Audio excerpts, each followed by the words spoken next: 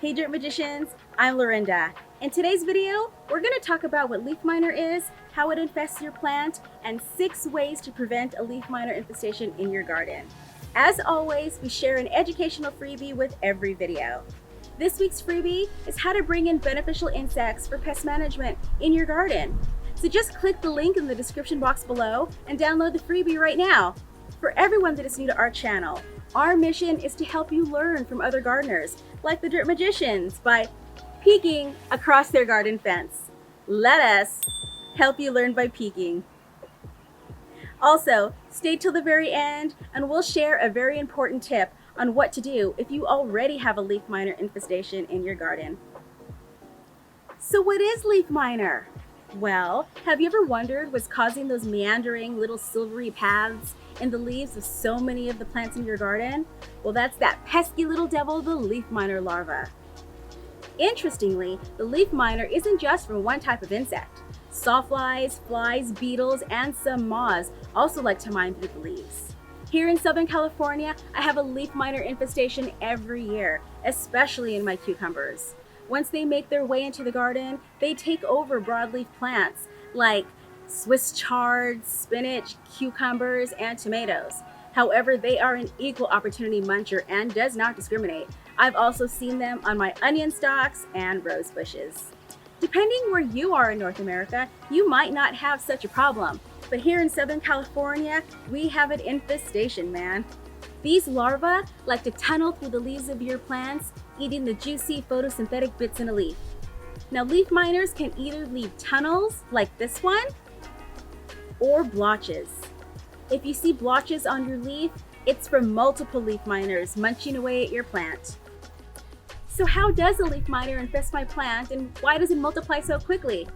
Well, let me tell you, the leaf miner is a very bootylicious bug, but you ain't ready for this jelly.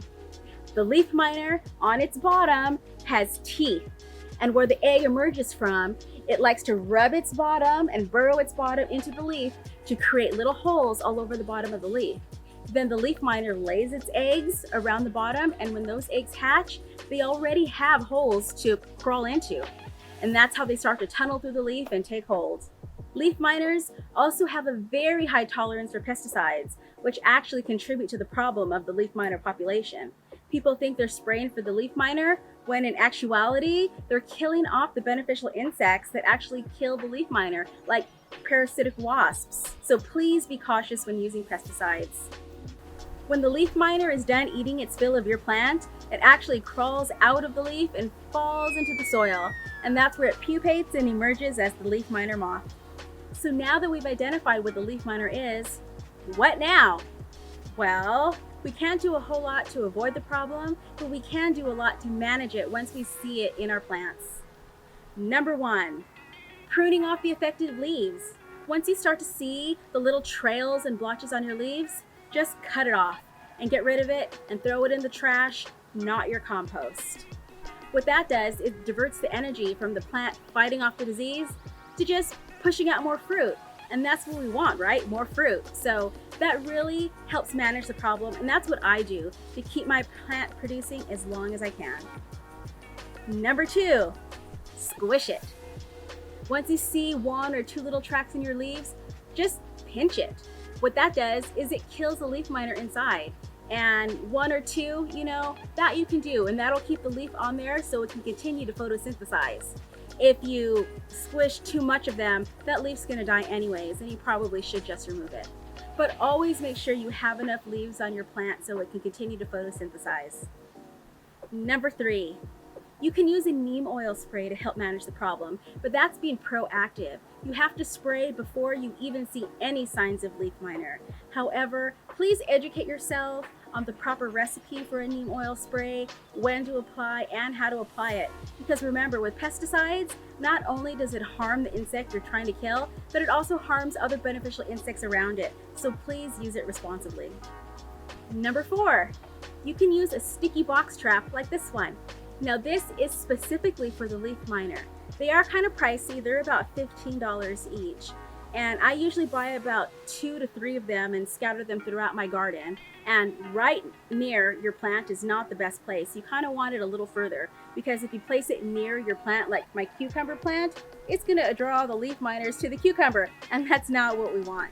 We want to divert them away from the garden. So what this has inside, it comes with a little nub that has the leaf miner pheromone for the female, so it attracts the males and tries to catch them in this. And once they come in here, it's really hard for them to come out. So I have these in my garden, and these seem to really help keep the population down. Number 5, beneficial nematodes. Now, I love using beneficial nematodes in my garden. You can buy them online. Make sure you get them from a trusted source, and they should come with a refrigeration pack because it keeps them cool, because they're very sensitive to the heat. But you just mix it with water and then water them into your garden. And those beneficial nematodes will be ready and waiting in your soil for the leaf miner to fall off of the plant into the soil. That's where it pupates. So the nematodes will eat the leaf miner before it gets to that stage. So that also helps to keep the population down. Number 6, parasitic wasps. Now, the parasitic wasp is the known predator of the leaf miner. They are a very tiny little wasp. Now, you can buy these online. However, they have their pros and cons. They are very expensive. It's about $80 to $100 for a vial of about 200. And also, there's no guarantee they're going to stay in your garden. Once you open up that vial, they can just fly away and you'll never see them again. Or if you're lucky, they will stay in your garden and start munching away at those leaf miner as soon as they can. So what do I do if I already have an infestation in my garden? Well, the good news is your plant will not stop producing. As long as you keep removing the affected leaves or squishing the leaf miner as soon as you see it, the plant will continue to put its energy into pushing fruit instead of fighting the disease. But sometimes, if maybe the whole plant is affected, it's the best thing for your garden to just remove the whole plant in its entirety and dispose of it in the trash, not the compost bin. Because remember, we want to keep the larvae out of the soil. All right, Dirt Magicians, that's the end of the video. If you've learned something, see the subscribe button and like the video. That really helps to support up-and-coming content creators like us, the Dirt Magicians. Also, don't forget we have that freebie for you, how to bring in beneficial insects for pest management into your garden.